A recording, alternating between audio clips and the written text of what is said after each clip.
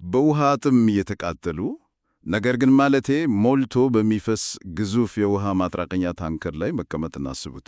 በጣም የሚገርምና ህመም ያለው ስሜት ነው። አዎ ልክ ነሽ። አሁን ላይ እንግዲህ የአፍሪካ ኢኮኖሚ እያስተናገደ ያለው እውነታ ይህን ነው። ማለቴ ከ1 ቢሊዮን ዶላር በላይ የሚሆን ገንዘብ እዚሁ አህጉር ውስጥ ታግዶና በርዶ ሆኖ ተቀምጧል። እውነት ነው። ማለቴ አስገራሚ ተቃራኖ ነው። ልክ ነው። እና ወደዚህ ጥልቅ ውይይት ከመግባታችን በፊት ግን ዛሬ እንግዲህ ቅዳሜ ማርች 21 ቀን 2006 ነው። አዎ። እና ሌት ያለ አጭር መረጃ ላካፍላችሁ እወዳለሁ። አዲሱን ድረገጻችንን ማለትም www.samael.inc በይፋ ከፍተናል። ኦ በጣም ጥሩ ዜና ነው። አዎ በጣም በዚህ ድረገጽ ላይ የዛሬውን አይነት ጥልቅ ትንታኔዎች ሙሉ ይዘት ማግኘት ይቻላል። በተጨማሪም በየራሳችሁ ፕሮጀክቶች ላይ ብርሃን የሚፈነጥቁና በቀላሉ ልትጠቀሙባቸው የምትችሏቸው ልዩ የተዘጋጁ ሪፖርቶችና ሰነዶች ታገኛላችሁ። ማለቴ ማንኛውም ሰው ገብቶ ለራሱ ስራ ሊጠቀምባቸው ይችላል ማለት ነው። በትክክል ሙሉ በሙሉ ክፍት ነው። ሌላው ደግሞ ይህን የትንታኔ ስርጭት በተለያዩ አፕሊኬሽኖች ማግኘት ይቻላል። ለምሳሌ ስፖቲፋይ፣ አፕል ፖድካስት፣ አማዞን ሚውዚክ፣ ካስትሮ፣ ፖድቢን፣ ኦዲብል እና በመሳሰሉት መተግበሪያዎች ላይ ዝግጁ ነው። በጣም አሪፍ። አማራጮቹ መስፋታቸው ጥሩ ነው። ትኩረት የሚያደርገው ከጥቁር ገበያ ባሻገር የአገር ውስጥ የገንዘብ ዝውውር ጥንካሬ በሚለው እጅግ ወሳኝ የመረጃ ምንጭ ላይ ነው። አዎ ይሄ ጉዳይ በተለይ አሁን ላለንበት ጊዜ በጣም ወሳኝ ነው። በጣም ዋናው ተልኳችን ደግሞ ይሄን የእጥረት አዙሪት የምንለውን የኢኮኖሚ ማነቆ ማለቴ ይሄንን የተዘጋ ውደት እንዴት መስበር እንደሚቻል መመርመር ነው። መደበኛ ያልሆነውን ትይዩ ገበያ ወይንም ሻዶ ማርኬት ትተን የራሳችንን ኢኮኖሚ እንዴት መገንባት እንችላለን የሚለውን ነው የምንመለከተው። ልክ ነው። የራሳችንን አቅም መጠቀም ማለት ነው። አዎ ግን እዚህ ላይ አንድ ትልቅ ተቃራኒው አለ። ቅድም እንዳነሳ ነው ከ1 ቢሊዮን ዶላር በላይ የታገደ ገንዘብ አለ ያለን፣ በሌላ በኩል ደግሞ አህጉሪቱ በገንዘብ እጥረት የተሰቃየች ነው እንላለን። ማለት ይሄ እንዴት ሊሆን ይችላል? ምን መሰለህ፣ ዋናው ቁልፍ ነጥብ ያለው እሱ ጋር ነው። ገንዘቡ ጠፍቶ አይደለም፣ ነገር ግን ስርዓቱ ውስጥ ተዘግቶበታል። ተዘግቶበታል ስትይ ማለቴ የታገደ ገንዘብ ወይንም ብሎክድ ፈንድስ ስንል ምን ማለታችን እንደሆነ በጥልቀት እንመልከት። ለምሳሌ ዓለም አቀፍ አየር መንገዶች ወይም ትልልቅ የውጭ ኩባንያዎች በአፍሪካ ውስጥ አገልግሎት ሲሰጡ ክፍያ የሚቀበሉት በምንድነው? በአገር ውስጥ ገንዘብ ነው አይደል? አዎ በብር ወይም በየአካባቢው ገንዘብ። በትክክል። እና ይህን ያገኙትን ትርፍ ወደ ዋናው መስሪያ ቤታቸው ማለትም ወደ ውጭ ሀገር ለመላክ ሲፈልጉ የሀገር ውስጡን ገንዘብ ወደ ዶላር ወይም ዩሮ መቀየር አለባቸው። እሺ። ነገር ግን አብዛኛቸው ሀገራት በቂ የሆነ የውጭ ምንዛሬ ክምች የላቸውም።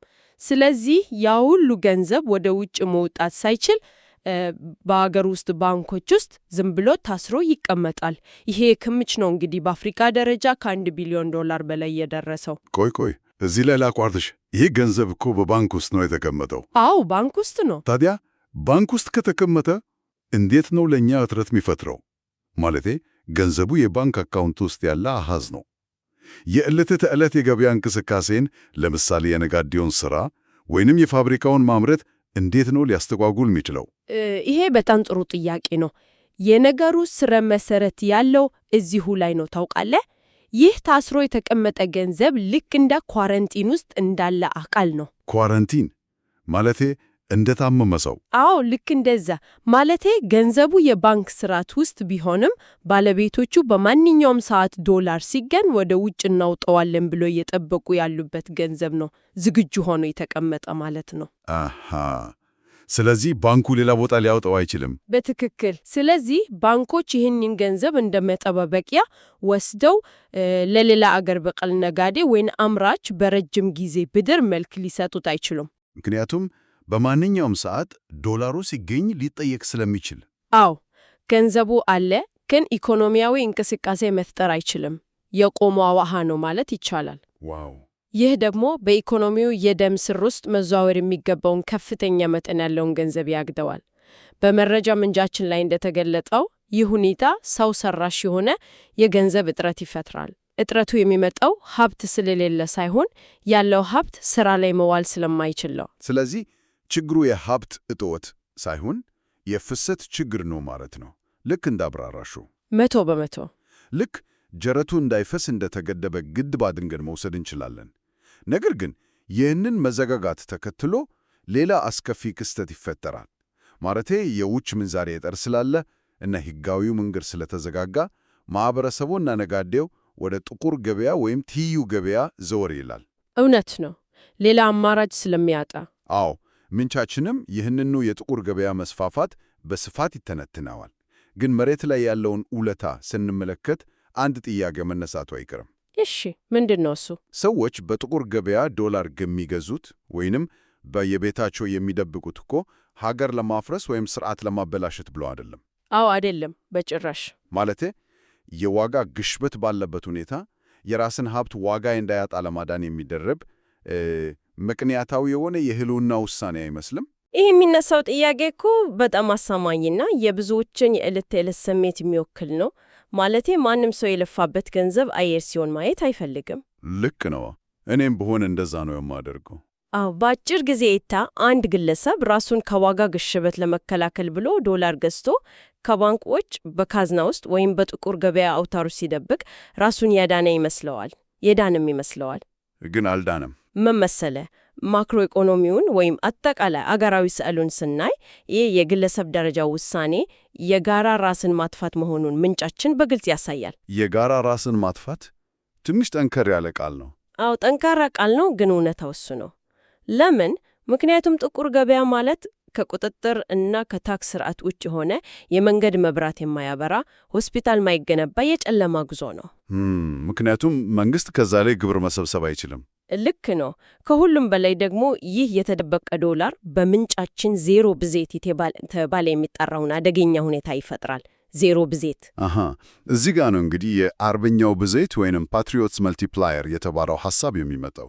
ይሄ ክፍል እኔም በጣም ነው የገረመኝ። አዎ፣ በጣም አስገራሚ ጽንሰ ሐሳብ ነው። በመረጃ ምንጫችን ላይ እንደተቀመጠው በባንክ በኩል የሚዘዋውር አንድ ብር በማህበረሰቡ ውስጥ ከ7 እስከ 10 ጊዜ ያህል ይባዛል ይላል።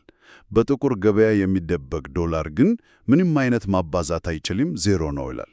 ይህን የብዜት ሂደት ወይም ሜካኒዝም እንዴት እንደሆነ እስቲ አድማጮቻችን እንዲረዱት ዘርዘር አርገሽ አብራሪልን።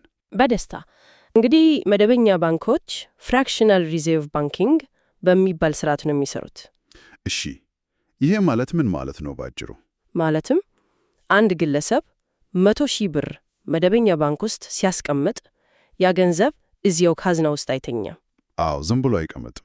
ባንኩ የተወሰነውን በመጠባበቂያነት አስቀርቶ ሌላውን 80,000 ብር ለምሳሌ ለአንድ የእርሻ ማቀነባበሪያ ፋብሪካ በብድር ይሰጠዋል። እሺ፣ ፋብሪካው ያንን ብድር ወስዶ ምን ያደርጋል? ፋብሪካው በዚያ ገንዘብ ከገበሬዎች ምርት ይገዛል፣ ተጨማሪ ሰራተኛ ይቀጥራል።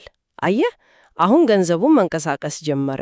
ልክ ነው፣ ስራ ፈጠረ ማለት ነው። በመቀጠል ያ ገበሬ ያገኘውን ገንዘብ ወስዶ ለልጆቹ ልብስ ይገዛበታል። እሺ፣ የልብስ ሻጩ ደግሞ ያንን ገንዘብ ወስዶ የሱቅ ኪራይ ይከፍልበታል። አከራዩ ደግሞ ያንን የኪራይ ገንዘብ ወስዶ ሌላ ኢንቨስትመንት ላይ ያውለዋል ወይንም ቤት ይሰራበት። ዋው! ማለቴ አንዷ የተቀመጠች 100,000 ብር ነች ይህን ሁሉ የሰራችው? አዎ፣ ያቺ የመጀመሪያው የተቀመጠችው ገንዘብ መደበኛውን መንገድ ስለተከተለች ብቻ በተለያዩ ሰዎች እጅ በማለፍ 7 ወይም 10 ጊዜ አዲስ የኢኮኖሚ እንቅስቃሴና የሥራ ዕድል ፈጠረች ማለት ነው። ይህ ነው የአርበኛው ብዜት የሚባለው። አስገራሚ ነው። የተደበቀው ዶላርስ ማለት የትራስጌ ዶላር ወይንም በቴሌግራም ግሩፖች በድብቅ የሚዘዋወረው ገንዘብ እሱ እኮ እንዳልሽው ዜሮ ብዜት ነው ያለው። ዶላሩ ካዝና ውስጥ ተቆልፎበታል። ምንም አይነት ፋብሪካ አላሰራ፣ ገበሬ ምርት አልሸጠ፣ ማንም አልተቀጠረ። ልክ ነህ፣ ምንም አልፈጠረም። ግለሰቡ ሀብቴን ከግሽበት ተበኩ ብሎ ያስባል። ነገር ግን አጠቃላይ ኢኮኖሚው ስለሚደርቅ ማለቴ በመጨረሻ ያው ግለሰብ የገበያው ውድነትና የሸቀጥ እጥረት ሰለባ መሆኑ አይቀርም አይደል? በትክክል አብራርተዋል። አየህ፣ የአገር ውስጥ የገንዘብ ዝውውር መገናወት ማለት ይህንን አዙሪት መስበር ማለት ነው። ከጥቁር ገበያው መውጣት ለምን አስፈለገ ለሚለው ጥያቄ ምንጫችን ሲመልስ ሕጋዊ ስርዓት ለሀገራዊ ተቋማት እድገት የሚያስፈልገውን የመጠባበቂያ ክምችት ስለሚሰጥ ነው ይላል። አዎ፣ የመጠባበቂያ ክምችቱ ደግሞ ለትላልቅ ስራዎች ይዋላል። አዎ፣ ባንኮችና የፋይናንስ ተቋማት ጠንካራ ሆነው ትላልቅ የመሰረተ ልማት ፕሮጀክቶችን መደገፍ የሚችሉት ህዝቡ ገንዘቡን ወደ ስርዓቱ ሲያስገባ ብቻ ነው። እኛ ካላስገባን ከየት ያመጡታል? እውነት ነው። ተቋማትን ስለመገነባት ካነሳን ይህ ሐሳብ ምንጫችን ወደ አስቀምጠው ወደ ሌላ ትልቅ እና ትንሽ ፍልስፍናዊ በሆነ ደረጃ ያሸጋገረናል። እሺ፣ የኛው ሐሳብ ላይ በመደበኛው የፋይናንስ ዘርፍ ውስጥ የሚደረግ የእንዲያንድ የገንዘብ ማስቀመጥ ወይንም ዲፖዚት ማድረግ በጋራ የወደፊት ተስፋችን ላይ እንደተሰጠ የመተማመን ድምፅ ተደርጎ ይወሰዳል ይላል ምንጫችን። አዎ፣ ቮት ኦፍ ኮንፊደንስ ማለት ነው። ልክ ነው። የመተማመን ድምፅ። ይህ ማለት የፋይናንስ ውሳኔዎችን የፖለቲካዊ እና የማህበራዊ ዕጣ ፈንታችን መወሰኛ ናቸው ማለት ነው። ግን ይህን ነገር አድማጮቻችን በደንብ እንዲረዱት ገንዘብ ማስቀመጥ እንዴት ትልቅ አገራዊ የድምፅ አሰጣጥ ሊሆን ቻለ? ይህን ጉዳይ ከሰፊው ምስል ጋር ስናገናኘው የነገሩን ጥልቀት እንረዳለን። ማህበረሰቦች ሁልጊዜም በፖለቲካዊ ምርጫ ኮሮጆ ብቻ አይደለም ድምፅ የሚሰጡት። አዎ፣ ምርጫ ሲመጣ ብቻ አይደለም። በትክክል በየዕለቱ በሚያደርጉት ኢኮኖሚያዊ ውሳኔ ጭምር ነው። ማለቴ አንዲት ሀገር ጠንካራ ተቋማት ካልኖሯት ሁሌም የውጭ ብድር ወይም የጥቁር ገበያ ደላሎች ጥገኛ ሆና ትቀራለች።